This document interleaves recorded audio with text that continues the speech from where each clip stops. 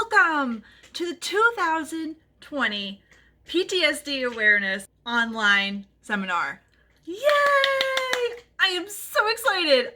I have been waiting to do this for so long. This has been a dream of mine and it is finally coming true. Dreams can come true, y'all. My name is Tracy and I will be your host with MultiformPTSD. So glad you're here. For the next 3 days, if you're watching this live, jam-packed full of value and knowledge and support and awareness for post-traumatic stress victims.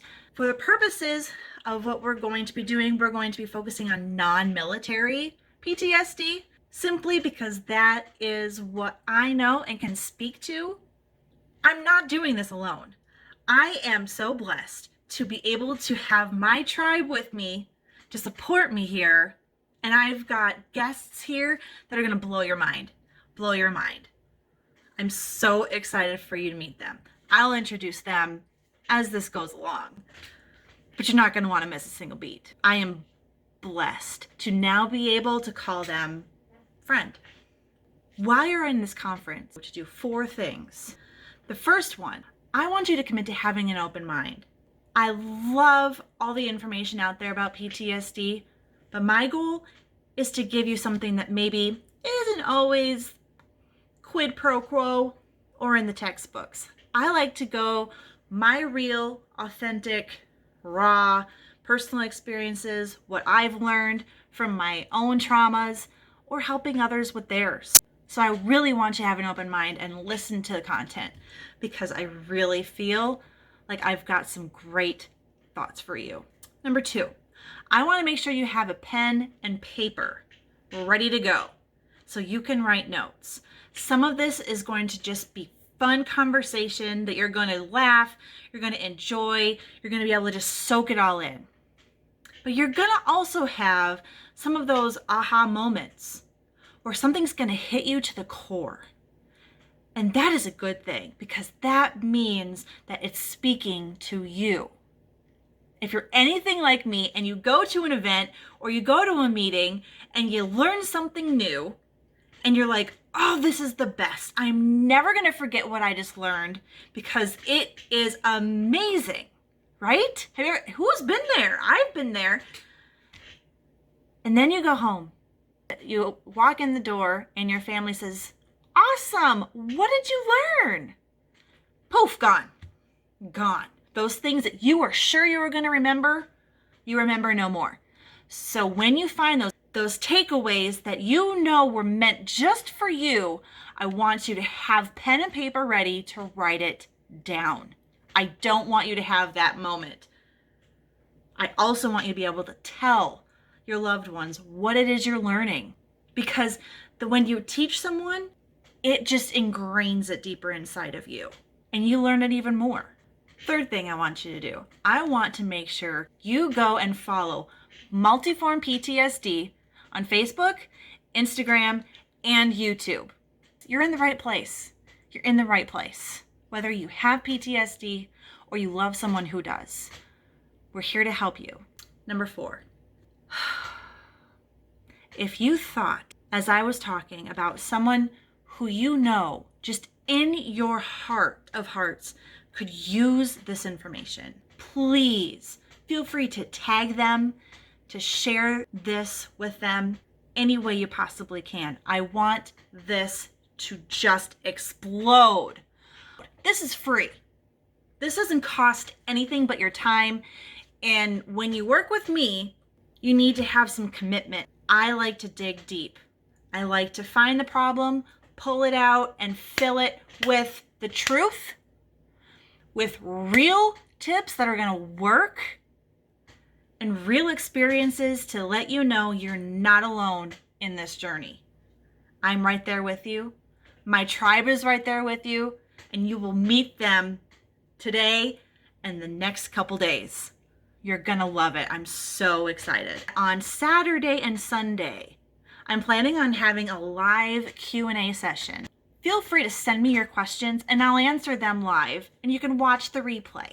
Not a big deal.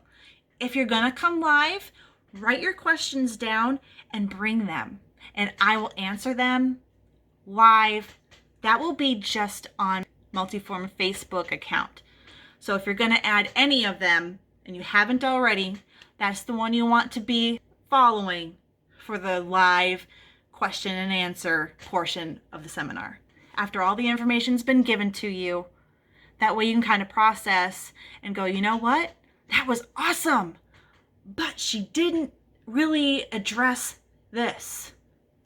Bring it up to me. I will do the best I can to answer on the fly. And if I can't do it fully, I will dig and find that answer and I'll get back to you because I'm here for you. I know how lost you can feel and how hopeless you can feel. And a lot of the mainstream tips out there for those of us who struggle with PTSD are actually less than helpful because they're cookie cutter. They're for everybody. Here at Multiform, there is no uniform. We all have different needs, different traumas, and different ways that click and work for us to really heal and to recover and to have a fulfilling, yes, fulfilling life even after your PTSD diagnosis. Thank you for being here.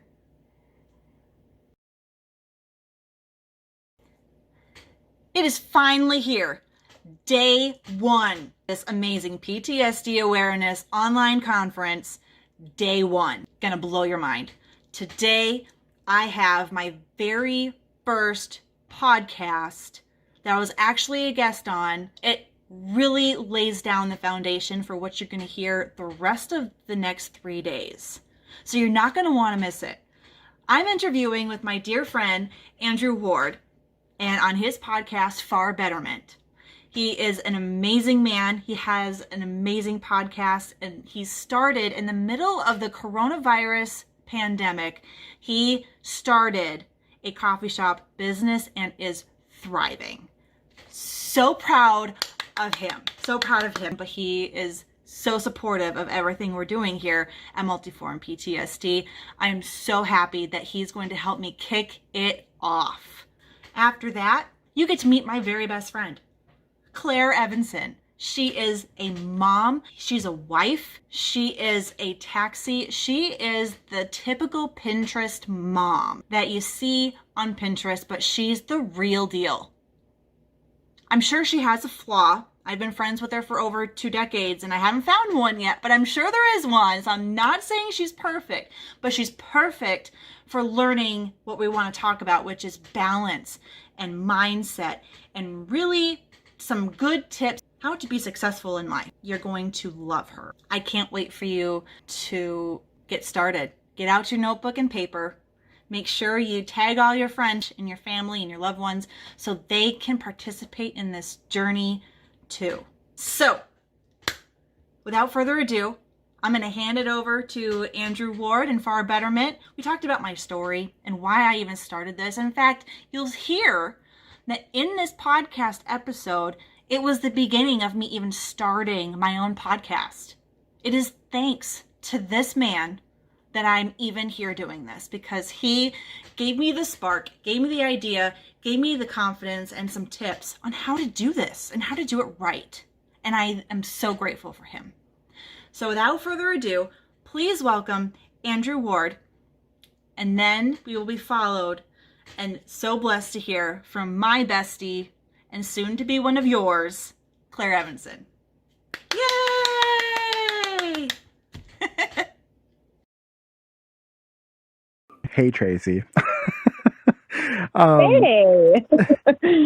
So you came to me a little while ago and asked me to help you with a project of yours that I'm really excited about and I think is amazing and is going to do so much good for so many people.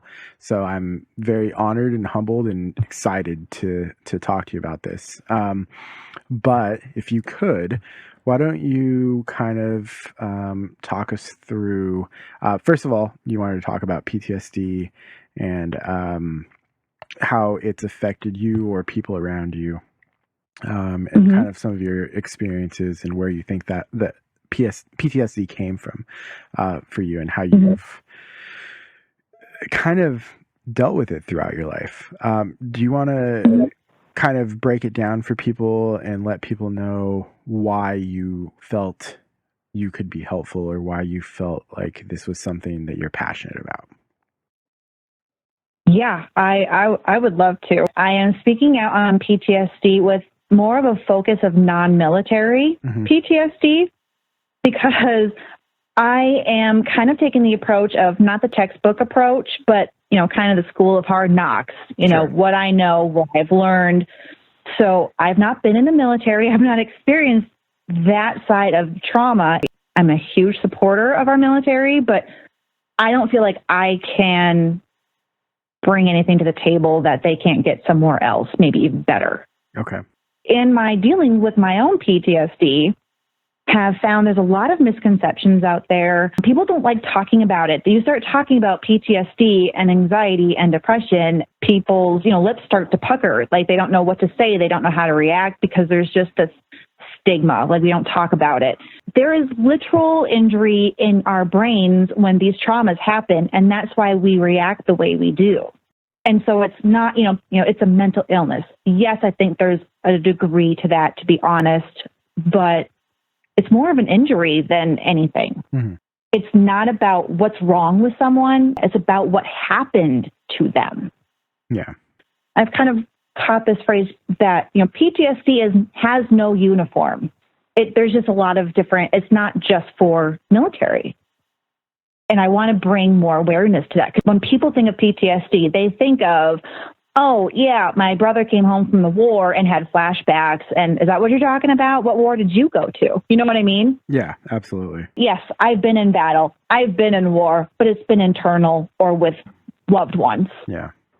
When I had kind of a mental breakdown of sorts, I really was in the depths of working through some things. And I went to my first counselor, and I say first because it didn't go past the first visit, because this man didn't even hear my story, and he proceeded to tell me how he had worked with prisoners of war and people who had had limbs shot off in war. And he looked at me and he said, I've seen way worse than anything you could come here and talk to me about.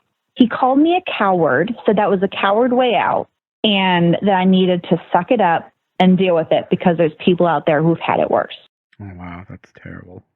I am not comparing the two, but trauma is trauma, and we all react to trauma differently, but similar, if that makes sense. It's kind of It makes perfect sense. I mean, everybody deals with trauma, and we're all given a brain that kind of works. We might not process things the same way, but it works in the same way. And the parts of the brain that process trauma are the same. I think you're making a great effort to bring light to this. And appreciate that. And how do you cope? Do you compartmentalize? Do you vent? Do you, what tools do you use to deal with your own PTSD? I would love to tell you that I've got it all figured out.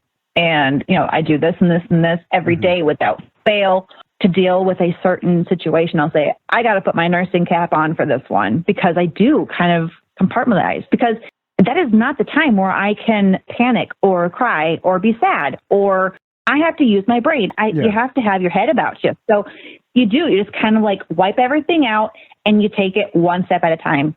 We are just in survival mode. With PTSD, you can be fine 1 minute and something triggers you that you can't anticipate or expect, and you can flip instantly into a panic attack, or you kind of disassociate and just kind of like zone out completely, and you're in a whole different place. It literally, you just have to slow everything down, think it through, and just one step at a time. Because if you look at the whole elephant, you can't eat the whole elephant, right? But if you look at it, one bite at a time, first you're going to go after the foot, and then you're going to go after the tail. If you do it bit by bit, it's accomplishable. You brought up triggers. Do you recognize your triggers, or are they kind of something you're still learning? And when something does trigger you, what does that PTSD look like? How does it manifest itself? Okay, good questions. I'm doing much better at knowing what my triggers are, seeing them coming, and even try to avoid some of them. Mm-hmm. But you can't avoid all of them. You can't. So you do have to learn how to process through when triggers happen, because life happens. I have kind of a wide range of traumas. So like my triggers are very like different. Mm-hmm. Okay. It just depends on what it's triggering. If there's like a movie and there's like a really loud bang, I'm the one that's jumping in the movie theater. Or I've even screamed once with a really loud noise, because things have happened in abusive situations that really just had me on guard. Let me think. Anytime I feel like there is a slight chance of abandonment, or, someone might be lying to me, I will get dizzy if I start feeling a trigger. And I've been known to pass out even. I mean, it's kind of crazy. I do get the flashbacks.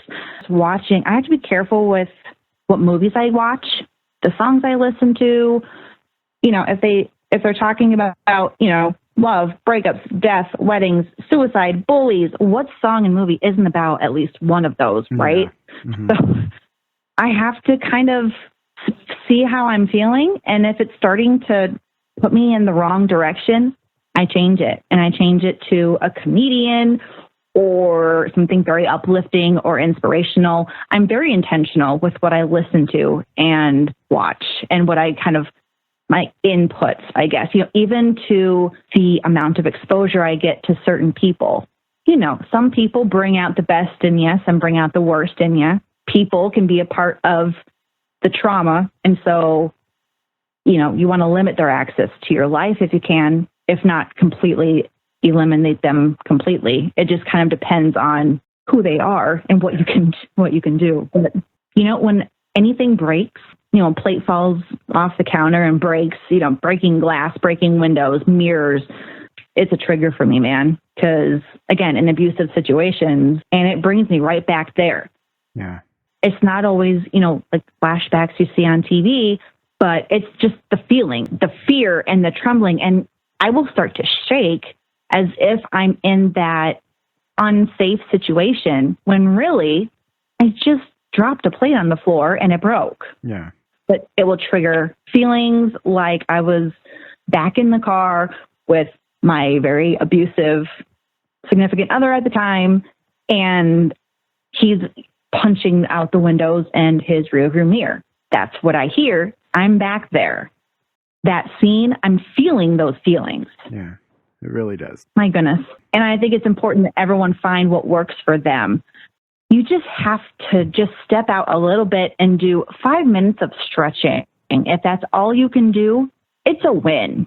Or just go outside, take a walk, enjoy nature, whatever you can do just to be a little active, get out of the house, get out of your head, get that body moving. It helps your body process a whole lot better than if you're just laying in bed doing nothing, which I've done. Then after you get past the I don't even want to get out of bed part, then you can start going up to, okay, now I'm going for a mile run, or I'm going to do a workout video today, or I'm going to do some yoga. Like, you just got to get active and kind of get out of your own head and just get your body moving. I don't know what it is about it that's so therapeutic, but it is. And wherever you're at in your spectrum, you work with it. I think talk therapy is important. I think it's important to find the right person to talk to. It could be a counselor. It could be a psychiatrist. It can be, your pastor, preacher, or a support group, whatever it is. I think it's important that we give those traumas a voice and let them out so they're not stuck inside. And medication. A lot of people, look down on medication. It makes them weak, or people are weird if they're on medication, or they're, quote unquote, crazy if they're on medication. No, they're darn smart and trying to maintain and trying to. Yeah. That's exactly if that's what you need to do, then that's what you got to do. It's just realizing where you're at and what works for you. I found in this process, being creative is something that's important to me, and I didn't realize it until this. I learned that I can semi-draw. I like to sketch. I journal draw. When I'm struggling with something, I will kind of draw it out and get it out on paper that way. Sometimes I write. I'm in the middle of trying to write this book. So sometimes I'm writing it out. Sometimes I'm drawing it. Sometimes I'm finding that perfect playlist to just sing and dance to get it out that way. But being creative is something that helps me. And I had no idea. Literally, I had no idea how important it was for me before that. That's interesting. Yeah. And cleaning. I don't know what it is about cleaning, but it is very therapeutic. That actually is that's cleaning also helps me a lot too. That's so odd. Yeah. Well, I guess it's not odd. I guess it makes a lot of sense. It's kind of a release, and you're making things better around you, in a way. Mm-hmm. You know, you're literally picking up clutter around you. Right. And organizing it, making sense of it, getting rid of the toxic or what you don't need or want. Mm-hmm. Oh, absolutely. Yeah. That makes perfect sense. I have a ton more, but I can't give you all my secrets all at one time. Another part of coping is figuring out what doesn't work, but it always seems to be what a lot of us go to first, like the drinking or the random sex or drugs or, whatever those bad smoking, whatever those habits are. I don't know why we do this, but we almost go to those first. Yeah. And those are going to make it worse every time. Every time. You convince yourself that it's how you're working through it. It's how you're coping, but they're not good coping mechanisms. It's learning what you have to stop doing and replacing it with the good. Take out the toxic, take out the bad, bring in the good. Because if you don't replace the bad habits with good habits, you'll turn back to the bad ones because it's what you know. And there's this empty space that you don't know what to do with. Like, what was the aha moment for you that took you from, self-medicating to realizing that using other tools was maybe more helpful? Oof. I am going to be pretty raw and real here. Honestly, I was in a really bad place in my head. And there's towards the end, I remember talking to a friend saying, like, what am I doing? This is not me. When I started coming out of it, I was like, I have got to find better coping mechanisms or I'm going to be right back in this place again. It was, I am never getting to that point again. I am now a mother. I now have loved ones and a purpose in life. I have people who depend on me. Like, I can't get to that point anymore. And it was just having to be real with myself and be like, you know what? It's time to learn some new coping mechanisms. Is why I also want to kind of bring awareness to it, because I don't want that to be everyone's aha moment. I don't want people to get to that point that I did in order to be able to turn things around. Does that make sense? Yeah, it makes a lot of sense. I think it's a really great thing that you're doing to try to help or be preventative or proactive, I think is the right word. You're being proactive about telling your story for the benefit of others. I know you're very open, and I think that's what's most helpful about you is how willing you are to be raw so that other people can benefit. That's an incredible quality that you have. It suits you well, and it does kind of bring up kind of a question for me. Okay. Going through all of this, and we did talk about this a little bit, but how do you view or feel about what you've gone through with PTSD now that you recognize it? What has it taught you as far as how to recognize it for other people or to deal with it or to kind of offer your, shoulder to cry on, so to speak? Right. Because one of the things, I've got a list of, 10 things not to say to someone who has PTSD or anxiety, kind of a thing. Like, this is what you don't say. And one of them I would say is, oh, you'll be grateful for this later. You're going to come on the other side of this and you're going to be grateful for that experience. Mm-hmm. It's true. Like you asked, I absolutely 100% am grateful for the lessons I've learned in the traumas. No, I'm not grateful for the traumas, obviously, but the lessons are huge. I am very grateful for those lessons because of that gratitude.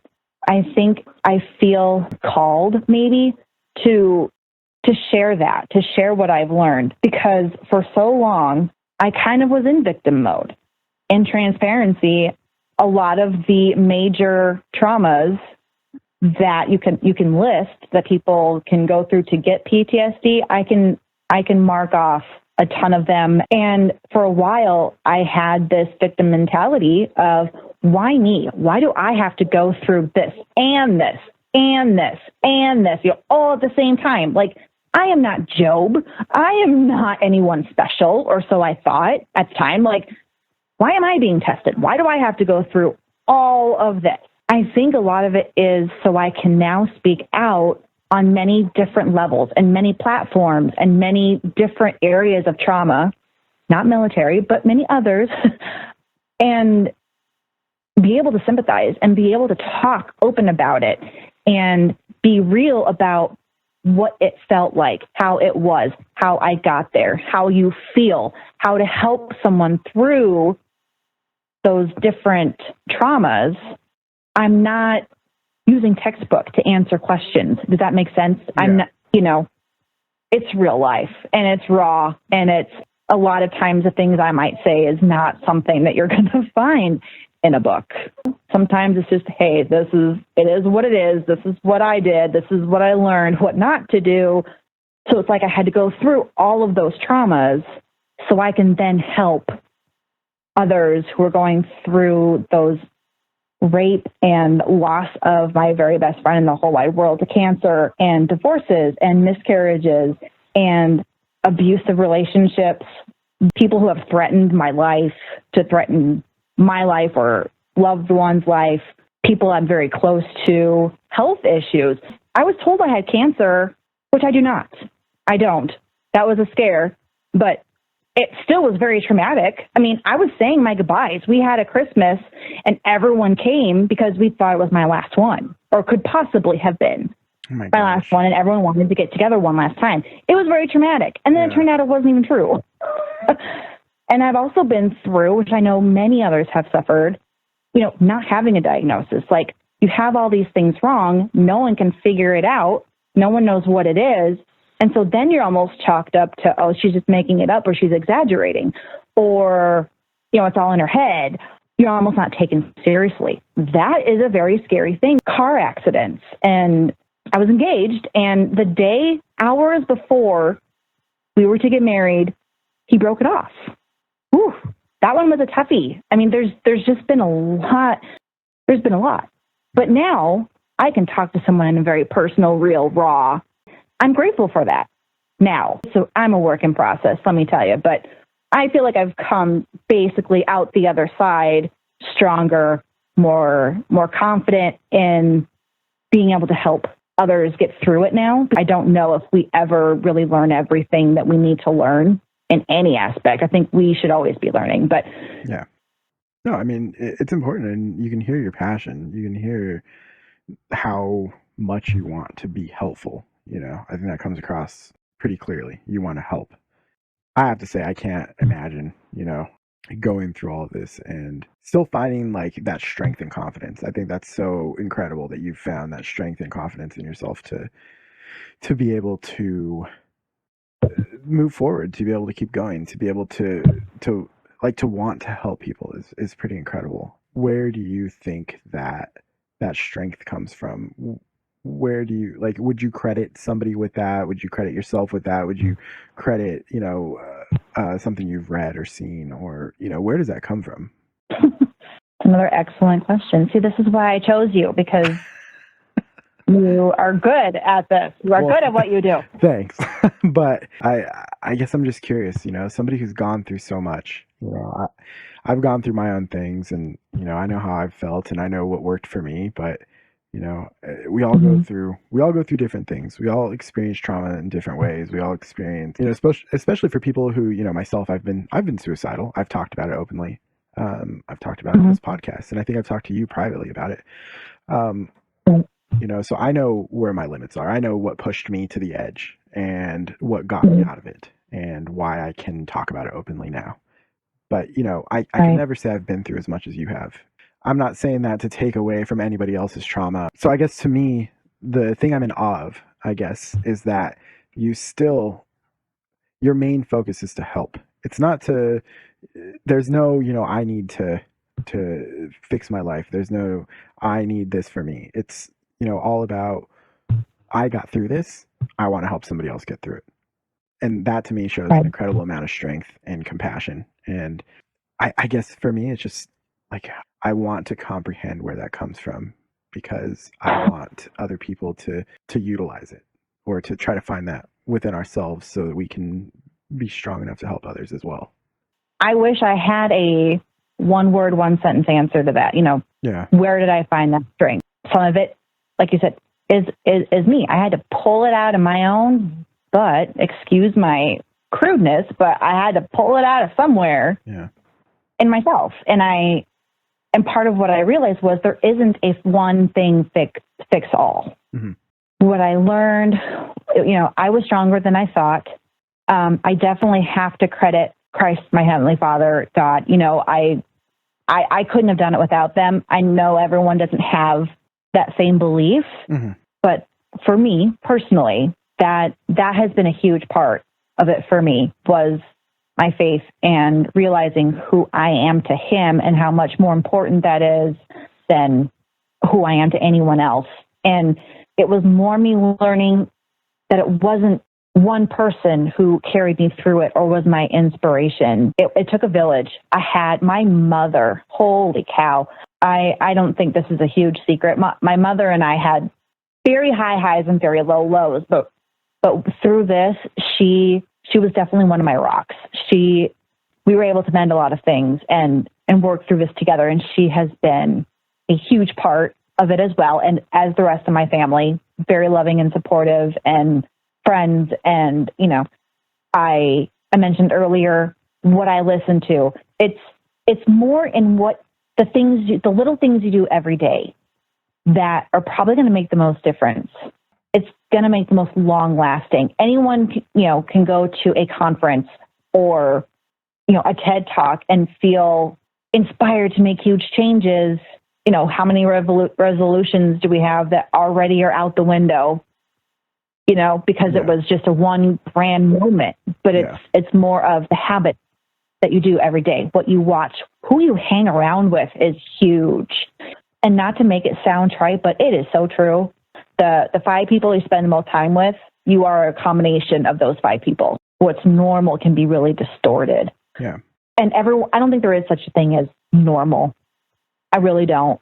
Everyone's different. We're all supposed to be different. So we just need to know who we are and who we want to be. And we have to surround ourselves with people and videos and books and whatever our inputs are, we have to choose those. Whether it's a comedian because I need to laugh. I can't tell you how many times I was like, I'm in a really bad place. I can't do anything. I didn't have the energy to go for a run or even draw. Like I just had nothing. So I'd go on Netflix, boom, Kevin Hart. I'm laughing because how do you not laugh at Kevin Hart? I'm sorry if there's people out there who don't like Kevin Hart, but that's mine. I mean, that's one of my go-tos. It makes me laugh. And I didn't have to work for it. All I had to do was click it on Netflix, which, let's be honest, I'm on Netflix and Hulu binge watching anyway. If I'm just laying there doing nothing, I might as well be doing something that's going to put me in a better place. Yeah. It was more about learning what I needed to do for me every day, how to balance, mind, body, spirit, how to balance all of that, family, myself, and work. How do I balance that? Balance, I think, is huge. Because if we are balanced, then everything else can be managed. Learning to say yes to more things, but also learning to say no to more things. Everything that I would go through, it'd be, oh, I'm fine. Oh, I'm fine. Oh, I'm fine. And I would just shove it in. And I would never work through it. I would never process it. I would just shove it down and I'm fine. And I would convince myself and others that I was fine. Some of my quotes would be like, I got big shoulders, I can take it, or I'm tough, I'm strong, I'm built tough. And how I dealt with things was just being very busy, always busy. I was working, or I was always productive. I didn't feel like I could have just downtime. I think quiet time, even if it's just 20 minutes a day, just to like decompress, that's when I get my inspiration. That's where I get my next step. My creative juices get going. That's when the real me comes out, and my problem solving skills are at its best, is when I'm not jamming out to music, when I'm not busy doing laundry and cleaning, and when I'm just silent. Tom Brady has been one of the people I look to as an example. I mean, I was a Brady fan before being a Brady fan was cool, because he played for University of Michigan, which is my favorite team of all time. I'm a huge University of Michigan fan, so I was a fan of him when he was at University of Michigan. Was he all that fantastic? No. When he went to the combine, he was the worst quarterback in almost every category in the NFL draft. He was almost overlooked completely, but he's been nicknamed the comeback kid. There's all these things stacked against him. He was slow. He wasn't very coordinated. He wasn't good under pressure when he has to scramble. I mean, his rap sheet wasn't great. And now, arguably, I understand, but in a lot of people's eyes, he's the GOAT, right? The greatest quarterback of all time. Whether you agree with that, not the point. I think everyone can agree that he's very talented and has come a long way from where he started. Yeah. It's more about his story. It's where he came from and where he went and what he did with it. He did not have everything lined up for him. He made things happen for him. Yeah. You know, when people throw that hate out at him and, you know, you can't do this or this is impossible or whatever, he uses that as fuel to prove that he can. Tom Brady is a person that he's not just an athlete. He kind of transcends sports. Well, what would you say, you know, to friends, family, I don't know, anybody in your circle, acquaintances, you know, anybody that might want to help or might not understand, what would you say to them? You know, things that they shouldn't do, ways they can help, ways they can best be supportive. I actually have my list, I think, here. I have 10 things not to say to a person with PTSD, anxiety, depression, you know, that kind of genre. And I have my top 10 commandments of what not to say. And they're really simple. It's not the obvious ones. I mean, obviously, if you know someone had a miscarriage, you really probably shouldn't be talking about babies, miscarriages, deaths. I mean, there's just certain zones you know not to go to. These are just the ones that you just really wouldn't think about it. Like, I hated it when I would be having a panic attack and my mom would be like, what are you anxious about? What's going on? Like, why are you anxious? There's nothing going on. Well, that's part of our anxiety, is we're anxious and there's no logical reason for it, but we feel it and it just is. We don't understand it. We know it's irrational. We're embarrassed about it as it is. We don't know a lot of the time why we are reacting the way we do. You can't just cheer up. I mean, a lot of my dad, very well-meaning, would say, "Cheer up, sweetie. There's people in, you know, third world countries that have it worse than you." I knew what he meant, and God bless him for it. But we can't. If it was just that easy to just cheer up, we'd be doing it. Need to kind of step back and not dwell on it for sure, but it's just not that easy. Need to get out of the house. Or I had someone say, "Well, I wish I could be on disability and just lay around all day." Yeah, you've got it real tough. That one just really, that's what it looks like on the outside. And we get it and we hate it. I hate it. I am, like I said before, I was very active. I always had to be busy. I always have to be productive. You know, saying yes to things I enjoy doing has been something I had to learn to do. We are not just laying around because we want to. We're not having fun. The battle is in our head, and that's really hard to get out of. When it's in your own head, it's always there. Yeah. You already feel weird. You already feel judged, even if you're not being judged.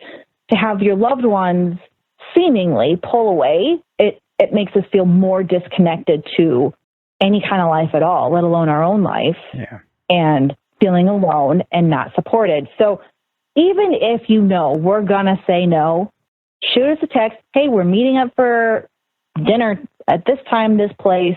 We'd love you to come if you can. Still invite, still contact, understanding that there's times we want to talk about it and there's times we don't. There's times we want to be quiet and left alone. And there's times where we want desperately to have connection with someone, something. Oh yeah, definitely. I feel that last one especially. Don't tell us we're too sensitive. We already know it. Agreed. We know we're being too sensitive. We know we're being irrational a lot of the time. And if we don't know it in the minute, we figure it out quickly after, usually. Yeah. And sometimes we just need you to be a little patient. Unconditional love. Finding those people who, no matter how low you are, how sad you are, how happy you are, the stupid decisions you make, they still love you. They may not support the decision you make. They may not agree with everything you say or do or feel, but they love you anyway. They support you anyway. That's huge. And I think it's important to find those people and hold them close, because I have learned they are few and far between. I've had people in my life who absolutely loved me as long as I was doing what they wanted me to do. But if I made a decision that they didn't agree with, or that didn't meet up to their standards in their life, then the love wasn't there. The support wasn't there. It was very conditional. You know, if you do what I want you to do, then of course I'm going to love you and help you and support you and all these things. But I don't agree with that decision, so you're going to pay for that. Yeah. And I'm going to ignore you, or I'm going to treat you bad, or, you know, whatever the case may be. That is probably what we need the most. I think it's hard for yourself, you know, to be able to weed those people out, first of all, and kind of like build your circle. Mm-hmm. But then also Mm-hmm. it's difficult for the circle you've built to kind of, whether they've been around for a long or a short period of time, to kind of figure things out too. So I think on our end, at least I found for myself, like I really need to communicate better and to be more open and honest with my friends about those things. But yeah, I absolutely think you need to kind of build the circle around you that you want around you. I think that's really important. You have to be brave enough and confident enough to be able to do that. That's hard to do. And that's not an easy thing. No, not at all. Especially when it's family members or coworkers or people that you can't necessarily completely eliminate. Sometimes you can, and sometimes you have to, no matter who they are. Yeah. Get them out of your life completely. Maybe it doesn't have to be that drastic, but you can kind of limit their access. Yeah. Whether it be how often, how long, what you do, what you talk about. I mean, you can put limits and boundaries on relationships. You have to understand that they might not react to those boundaries the way you want them to. Yeah. But you have to set them for you. Absolutely. Yeah. Yeah. I 100% agree. We did want to talk a little bit about, you know, future plans. I know you said you're writing a book, so maybe you can give us a small update on that. But I would like to, you know, hear how that's going.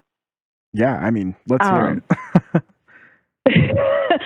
As far as the book goes, it has been very much it has evolved as I have evolved. This book started when I was, I would say, probably early 20s. My friend that I talked about passing away, her and I, we were inseparable. Like, we were together all the time. Yeah. And so she knew all of my garbage and, you know, everything up to that point. And she was like, Tracy, you need to write a book about your life. And my response is, oh my gosh, that would be so awesome. No one would believe me. Or you wouldn't necessarily know that I'm battling anything, because I have put on that mask for quite a while of, I'm great, everything's fine.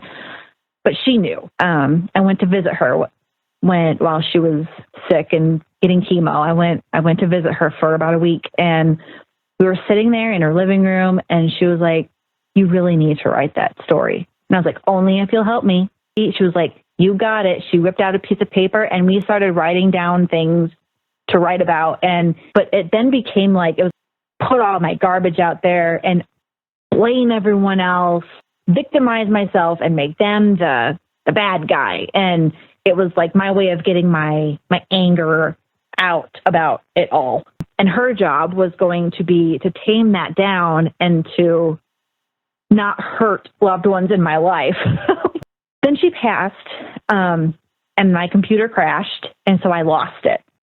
That's and so as you could probably imagine, that was devastating to me. So it was like I lost I lost the book. I lost that last part of her and the project that we were working on together. And so it was dead to me. Yeah. And then I remembered the last time I saw her before she passed, it was like 3 weeks before she passed. She said, Tracy, I want you to promise me you finished the book. And then all of this happened, and I was like, okay, I'm going to do it. So I started, I wrote, I typed out a whole bunch of stuff. It was much nicer. It was a lot less mean and more just about me and my struggles. And I had been drawing a lot of these events or feelings, and I loved it. And I still love it. So it's almost more of like a survival guide than what it originally started as, almost like a revenge tour. You know what I mean? Yeah. So it's kind of evolved, and I'm loving where it's going now. You go to someone who understands because they've been through it. I want to be that person. I want them to understand this is normal, but you can work through it. And I don't even mean past it. You have to work through it. You can't stuff it. You can't pretend it's not there. You have to work through it. And yeah, sometimes it's scary, and sometimes it really, really sucks. But if you want to get on the other side, you have to work through it. And so you have to be willing to look at it for what it is and work through it. Or maybe even starting my own podcast. I don't know. But focusing on survivors or supporters. I really just want to get the word out. I really just want awareness for those who are suffering and those who are survivors and those who are helping survivors. Whatever you choose to do, you have my support, and anything I can do to help. I'm very excited to see what you do and where you take this, and very, very excited and thankful to you for being willing to speak out about this and to be so honest and, as you put it, just so raw about everything. Thank you for letting me do that, and again for letting me be part of this. Me, I like having a schedule. So if I put everything in my phone, my calendar, my phone. So, I even put like I have to bring dinner to a family tonight. And I wouldn't remember unless I put it in my phone 2 hours before I'm supposed to bring them dinner to make sure I have everything I need and start cooking on it. Mm-hmm. So for my exercise, I actually have it in my calendar. From this time to this time is for me. It is not a selfish thing. It is to make me better. And I think a lot of people get that. They have that in their head that this is selfish. I shouldn't be doing this. I should be. There's so much other things I should be doing. But it's not a selfish thing. It's something that you're doing to better yourself, to make yourself feel good. So putting it in my calendar. I also even have in my calendar, I put in like 10 minutes, sit and read a book to one of my kids, or sit and talk about the day with this kid. So, I live by my calendar. But some people are just go with the flow and whatever.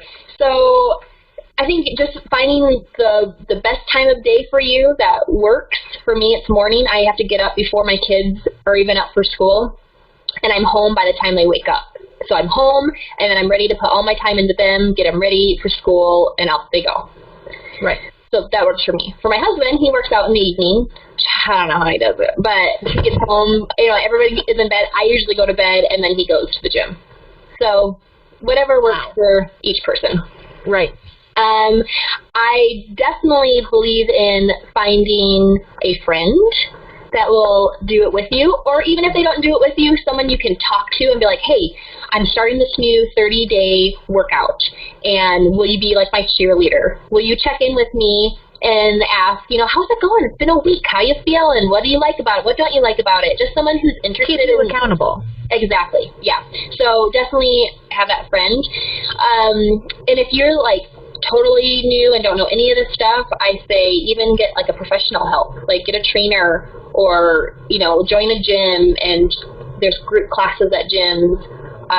Get a workout DVD, something that sometimes I feel like when I spend money for something, like I'm gonna get my money out of it. Like I'm not gonna waste my money. Right. So if you put money into it, you might get stuff out of it that you're hoping to get. right? And I do it, and somehow I end up having more time in the day than I realized because I worked out in the morning. That's usually my best time. I'm more productive during the day, so it doesn't take me as long to do some things. I'm not as, my brain is more clear, so I can be more meticulous in time management, and it makes me happier, like you said. And so, you know, less time fighting with like significant others or, you know, if you go to work, then, you know, you're going to be more productive at work. Your employer and employees will thank you. And then we need to take care of ourselves so we can take better care of our family. Amen, sister. Yeah. I learned it the hard way. You know, maybe you like yoga. Maybe you really like to clean, and so you clean aggressively, right? That can burn some calories. I like that. Maybe you used to dance as a kid, and you think, oh, maybe I want to pick that up again. Take a dance class. I think it's just, you need to find what's the best thing that you like to do. You know, if there's mountains around, we're out surrounded by mountains, and so I like to go hiking, and that's something that, again, I can incorporate my family with and have that family time, still get my fitness in, still get my connection with my children, and be outdoors with something that we enjoy. Maybe you're by the lake and you can go canoeing. You know, there's just so many different things. Like, fitness doesn't have to be, I got 60 minutes, I'm going to the gym, and I'm going to walk around and figure out what to do on this elliptical for 60 minutes. No, that's not going to work for a lot of people. So figure out what you like, what you enjoy the most, and then once you figure that out, then that's when the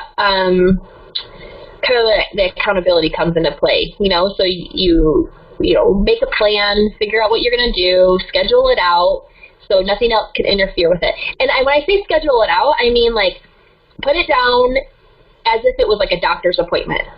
You know, like, and this is my doctor's appointment, that really, if you're becoming more healthy, so you're not having to go to the doctors because of this, but it's just as important to go to an appointment for something like for your health that it is to make this appointment for yourself to go and do this workout. Does that make sense? I love that.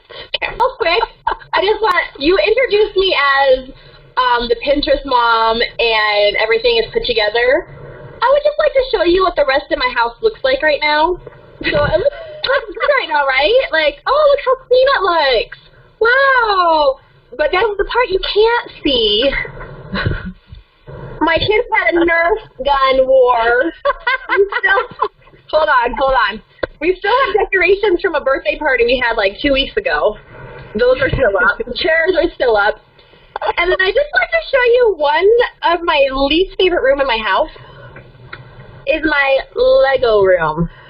Oh, wow. Do you see, this is supposed to be my exercise room. There's my treadmill, right? My TV.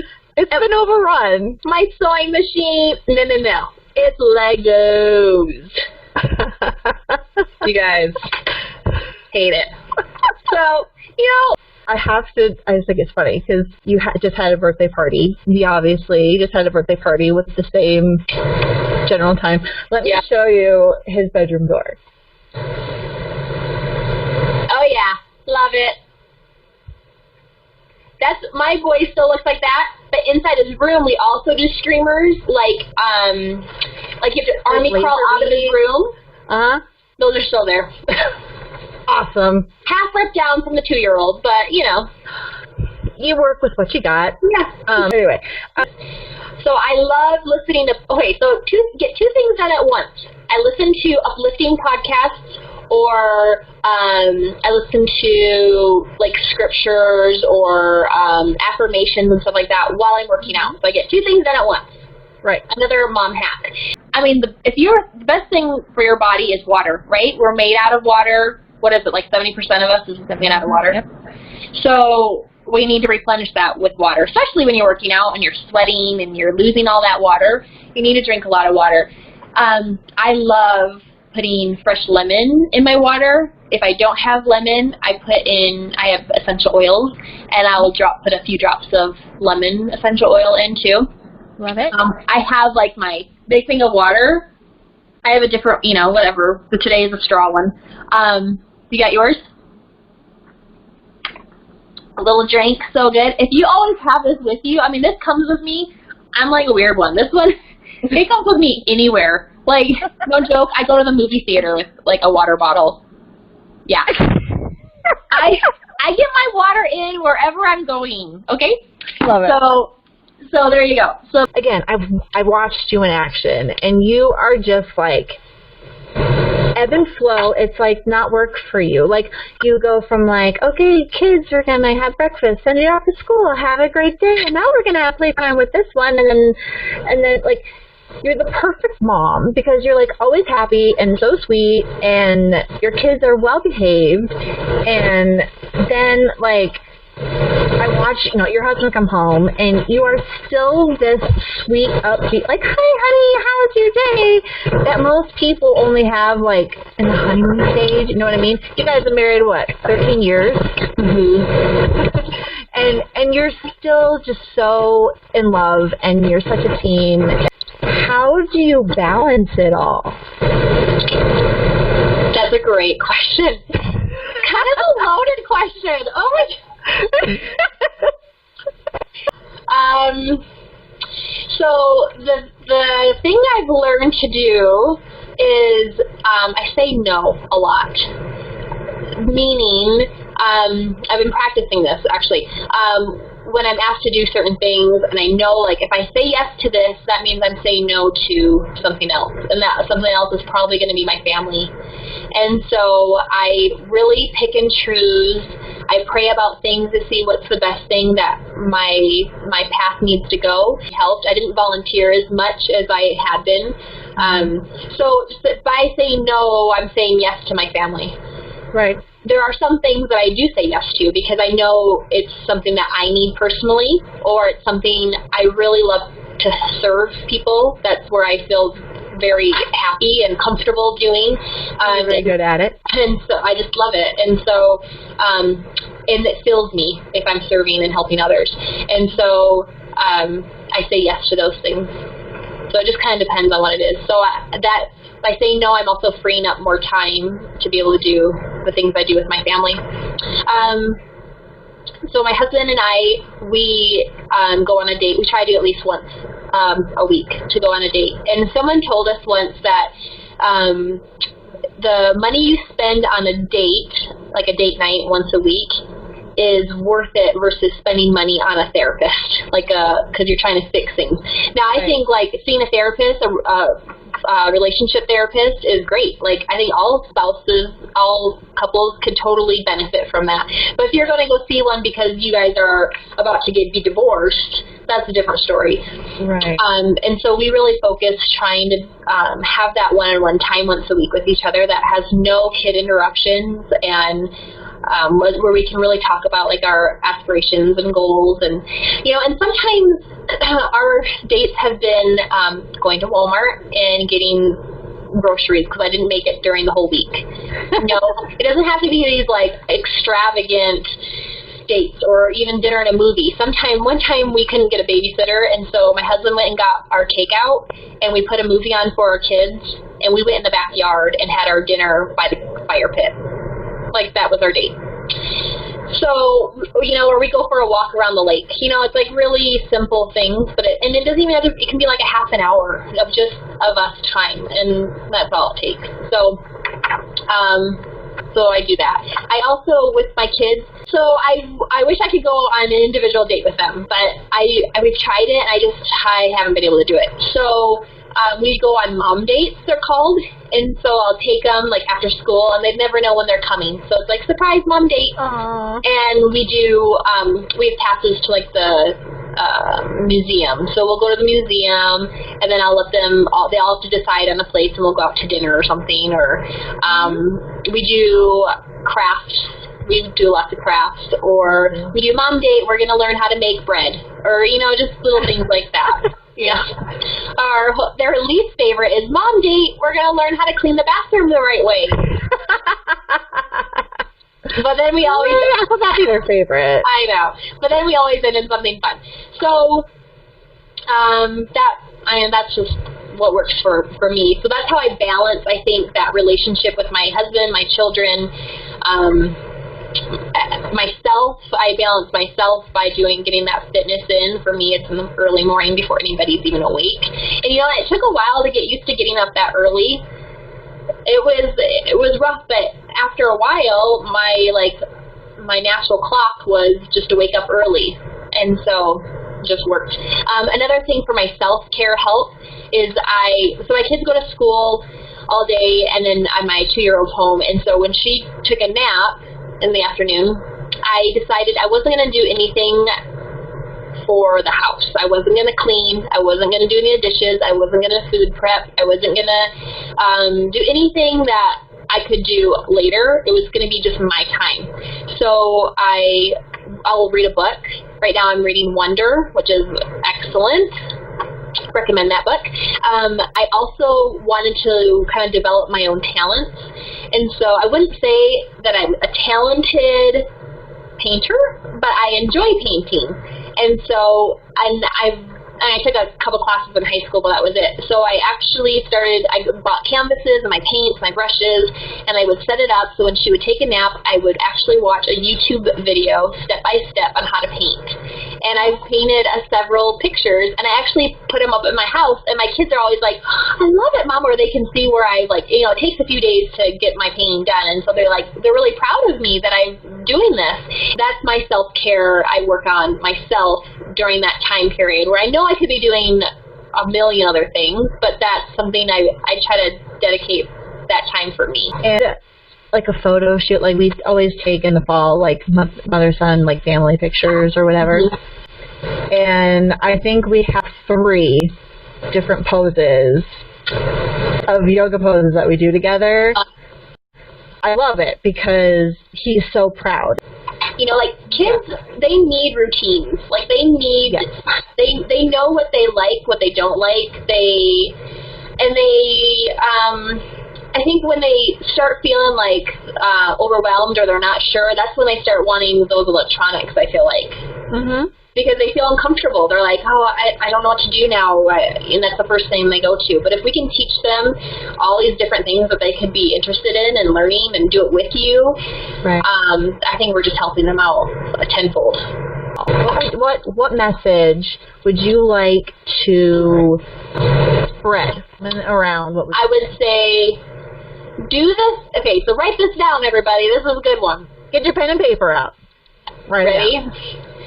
So you should do the things you need to do to feel the way you want to feel. So soak that in for a second. So do the things you need to do to feel the way you want to feel. I love it. Yeah, that's so profound. So if you are living your life right now and you're watching this and you're like, I need to get going on life. I need to get better at doing this or that or that. Recognize that feeling, because I think a lot of times we kind of push feelings away because we don't know what to do with them. It's it's too much. And we suppress these feelings, right? We're really good at this. Yeah, I'm really. But we need to feel what we need to feel, and to be able to feel how we want to feel, we need to change something, and we need to do something to get there. Mm-hmm. So you just do the things you need to do to be able to feel the way you need to feel. Like you said, you have to feel what you feel, and it's never wrong. How you feel is never wrong.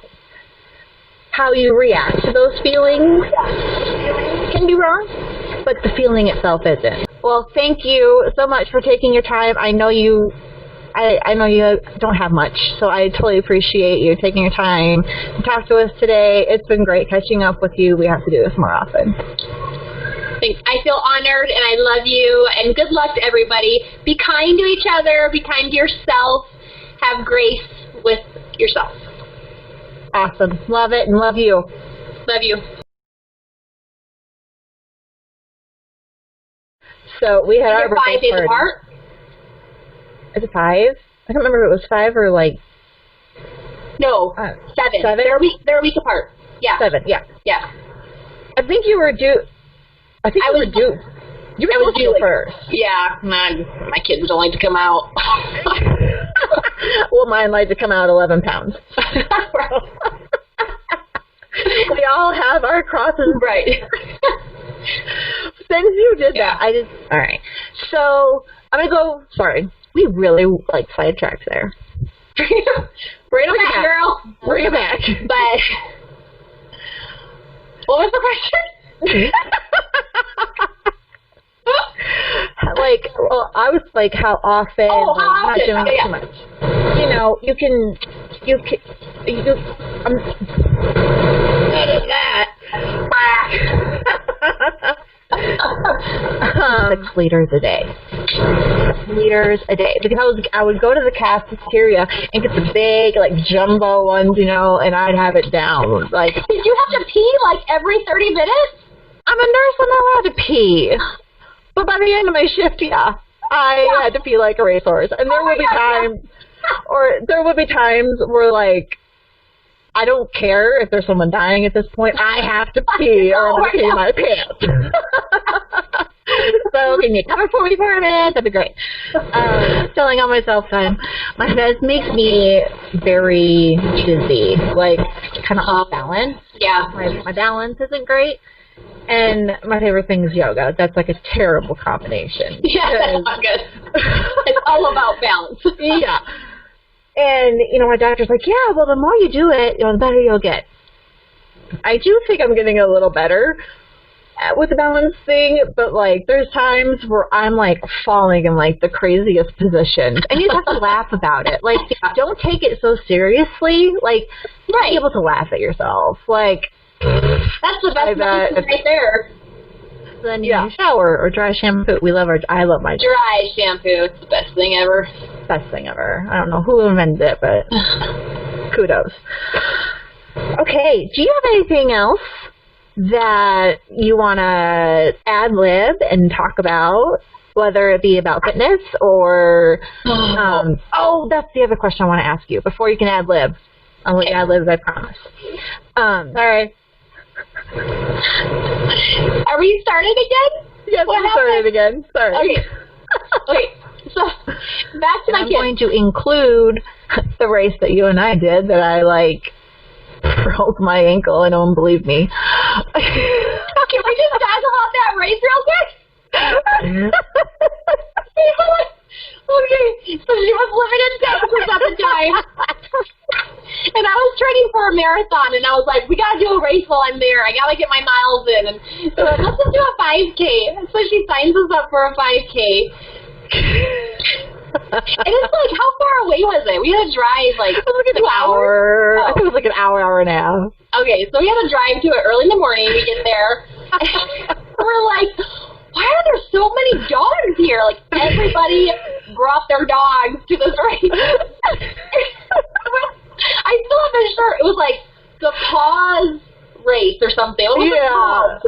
I don't remember. The pause race. And she was like, I don't know. I just signed up for one. And we ran with everybody's dogs, and we were the only ones with no dogs there. But while we were running,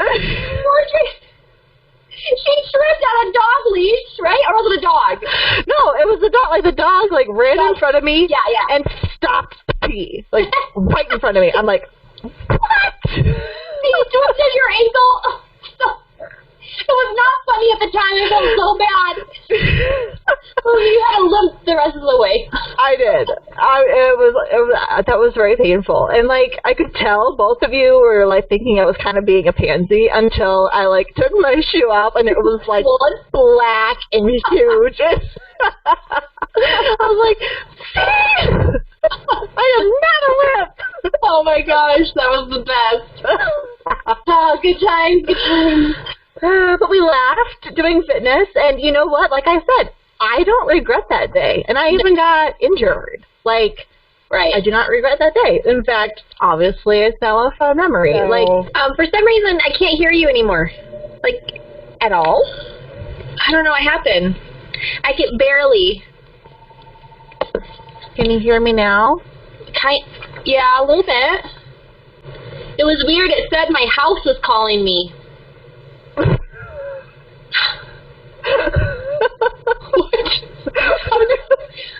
I don't think my 2-year-old can call me. That would be That was funny. weird. But I hear her. She's starting to wake up. Okay.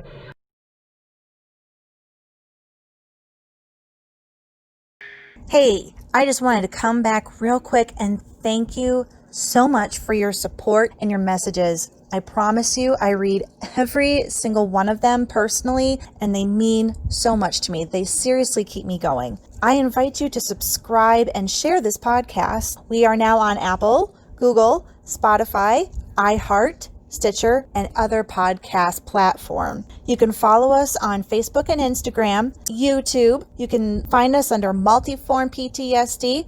For future updates, books coming out, coaching opportunities, speaking events, go ahead and check out these social media platforms. Go ahead and send me a direct message on social media, or you can email us at multiformptsd@gmail.com. Thanks for being here.